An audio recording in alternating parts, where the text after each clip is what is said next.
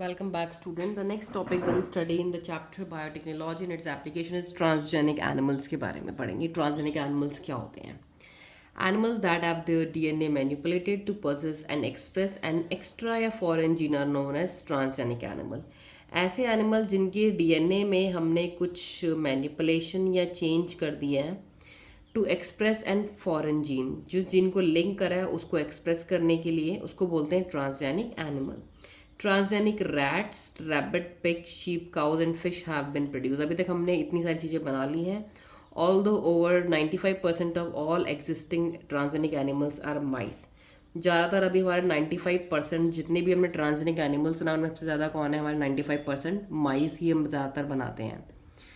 Late us try and explore some of the common reasons. हमारे क्या reasons हैं, हम क्यों इनको डिस्कवर कर रहे हैं? देखिए, तो हमारे यहाँ पे बेसिकली 5 रीजंस है. पहला रीज़न हमारा क्या है? Normal physiology and development. Transgenic animals can be specifically design to allow the study of how genes are regulated. हम ट्रांसजेनिक एनिमल्स से ये समझ सकते हैं, ये स्टडी कर सकते हैं कि कैसे जो जीन्स हैं वो रेगुलेट होते हैं, कैसे जीन्स कंट्रोल होते हैं, and how they affect the normal function of the body, और कैसे वो बॉडी की नॉर्मल फंक्शनिंग को कंट्रोल कर सकते हैं और उसके डेवलपमेंट को. Example, study of complex factors involve in growth such as insulin like growth factor. जैसे हम एक फैक्टर इंसुलिन के बारे में पढ़ते हैं, फॉर एग्जाम्पल उसके ग्रोथ फैक्टर के बारे में. By introducing genes from other species that alter the formation of this factor. जब हम जीन्स को इंट्रोड्यूस कर रहे हैं अदर स्पीशीज़ में, ताकि जो ऑल्टर कर रहा है इस फैक्टर को बनने की प्रोसेस में जो चेंजेस ला रहा है, and studying the biological effect, और उसके इफेक्ट्स को फिर हम स्टडी कर सकते हैं. Information is obtained about the biological role of the factor in the body. तो इससे हमें इन्फॉर्मेशन मिल सकती है उसको स्टडी करके किस तरीके से वो हमारी बॉडी में क्या रोल प्ले कर रहा है फैक्टर. सपोज हमने इंसुलिन ले लिया, उसकी रिसर्च कर दी पूरी. सेकेंड हमारा है study of diseases. Many transgenic animals are designed to increase our understanding of how genes contribute to the development of diseases. तो हमने ट्रांसजेनिक एनिमल्स को डिज़ाइन इस तरीके से करा कि हम अंडरस्टैंड कर सकें कि कैसे जीन कंट्रीब्यूट करते हैं डेवलपमेंट में डिजीज़ के. How genes contribute to development of disease, कैसे डिजीज़ की हम स्टडी कर सकें, कैसे जीन्स डिजीज़ करने में हेल्प कर रहे हैं, मतलब किस तरीके से अपने आप को चेंज कर रहे हैं, मॉडिफाई कर रहे हैं जिससे कि ह्यूमंस को डिजीज़ हो रही हैं. तो सेकेंड पॉइंट होगा कि study of disease. These are specially made to serve as models for human disease. तो ह्यूमन डिजीज़ की स्टडी के लिए स्पेशली यूज़ कर रहे हैं, so that investigation of new treatments for disease is made possible, ताकि हम इन्वेस्टिगेशन करके, रिसर्च करके ट्रीटमेंट्स बना सके बीमारियों के लिए. Today transgenic model exist for many human disease.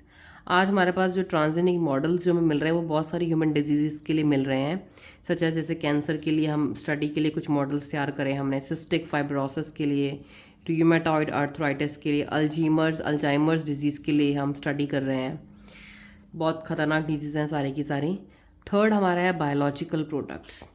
Medicines required to treat certain human diseases can contain biological products. तो जितनी भी हम मेडिसिन यूज़ कर रहे हैं डिजीज़ को ट्रीट करने के लिए, ये बायोलॉजिकल प्रोडक्ट्स भी कंटेन करती हैं. But such products are often expensive to make. But ये प्रोडक्ट्स बहुत एक्सपेंसिव होते हैं बनाने.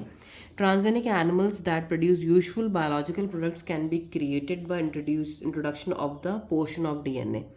तो हम ट्रांसजेनिक एनिमल्स को प्रोड्यूस कर सकते, जो ट्रांसजेनिक एनिमल प्रोड्यूस कर रहे हैं यूजुअल प्रोडक्ट्स को, उनको हम क्रिएट कर सकते हैं by introducing the portion of DNA which codes for a particular product. Suppose ये प्रोडक्ट बन रहा है ए, मैंने ये प्रोडक्ट जो ए बन रहा है ना, मैंने एक एनिमल के अंदर ये जीन डाल दिया, अभी इस एनिमल के अंदर ये प्रोडक्ट बनने लगा.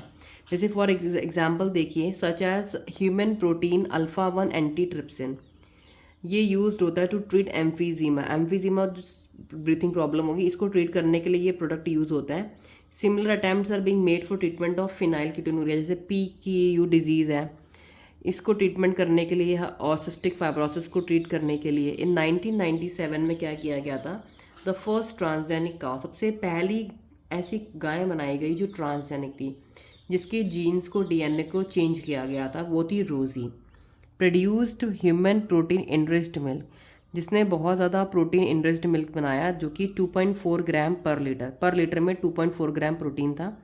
The milk contained the human alpha lactalbumin. इस मिल्क के अंदर ह्यूमन अल्फा लैक्टा एल्ब्यूमिन था बहुत ज़्यादा, and was nutritionally more balance product for human. इसमें ये प्रोटीन बहुत ज़्यादा था और ये मोर बैलेंस प्रोडक्ट था ह्यूमन बेबीज़ के लिए देन नेचुरल काउ में इतना ज़्यादा ये प्रोटीन नहीं था जितना कि रोज़ी काउ में था, जो कि क्या थी, ट्रांसजेनिक काउ। तो क्वेश्चन आता है बोर्ड में, ट्रांसजेनिक काउ कौन सी थी पहले, उसकी बॉडी से क्या क्या मिला, क्या था मिल्क में, ओके, ये सब आपको लर्न करना है। फोर्थ हमारा आता है वैक्सीन सेफ्टी। तो ट्रांसजेनिक एनिमल से हम और क्या क्या कर सकते हैं, transgenic mice are being develop for use in the testing the safety of vaccine. तो ट्रांसजेनिक जो चूहे होते हैं इनसे हम वैक्सीन जो हमारी बनती है उसकी हम टेस्टिंग कर सकते हैं, जो हम ह्यूमन में यूज़ करने से पहले। Transgenic mice are being use to test the safety of the polio vaccine की टेस्ट सेफ्टी के लिए हम चेक कर सकते हैं। It is successful and found to be reliable, ये बहुत सक्सेसफुल और ये एक रियलेबल भी है, आराम से ईजिली हो जाता है। They could replace the use of monkeys to test the safety of batches of the vaccine. तो इससे हम मंकीज़ के ऊपर टेस्ट ना करके माइस के ऊपर टेस्ट कर लेते हैं। Last is important point, chemical safety testing. This is known as toxicity या सेफ्टी टेस्टिंग भी कह सकते हैं हम इसे। The procedure is the same as that used for testing toxicity of drug. जैसे हम ड्रग्स की जो टॉक्सिसिटी को पहचानते हैं ना कि ड्रग्स कितनी खतरनाक है। Transgenic animals are made that carry genes which make them more sensitive to toxic substance. तो ट्रांसजेनिक एनिमल्स को तैयार करते हैं जिनको हम बहुत नाजुक बनाते हैं, ट्रांसजेनिक एनिमल्स को उनको इतने नाजुक हमने चूहे बना दिए जिन पे हम ये चेक कर सके कि क्या ये ड्रग थोड़ी सी भी डालने से इसको कुछ हो रहा है, अगर इसको कुछ हो रहा है तो मतलब ह्यूमंस को भी होगा। देन नॉन ट्रांसजेनिक एनिमल, अगर नॉर्मल चूहे की बात करें तो वो हमारा कम सेंसिटिव होगा, अगर हमारा ट्रांसजेनिक चूहा होगा माइस तो वो बहुत सेंसिटिव होगा, बहुत नाजुक बनाया जाएगा उसको टेस्ट करने के लिए। They are then expose to the toxic substances and the effect study. फिर इनको एक्सपोज करते हैं हम टॉक्सिक सब्सटेंसेज के आगे, फिर उनके इफेक्ट्स को स्टडी करते हैं कि क्या इनमें कोई चेंजेस आ रहे हैं ये टॉक्सिक केमिकल या ड्रग देने से। Toxicity testing is such animals will allow us to obtain results in less time. Toxicity किसी भी डिजीज़ की पहचानने से, ड्रग की पहचानने से हमें बहुत हेल्प मिलती है, रिजल्ट्स हमें बहुत लेस टाइम पे मिलते हैं जब हम एनिमल्स पे ये टेस्टिंग करते हैं। So this is all about your 5 major things कि क्यों हम ट्रांसजेनिक एनिमल्स को क्यों यूज़ करते हैं, उससे हमें क्या हेल्प मिल रही है। In last will be the next topic, I will explain you here the ethical issues in biotechnology and its application. Thank you and stay tuned.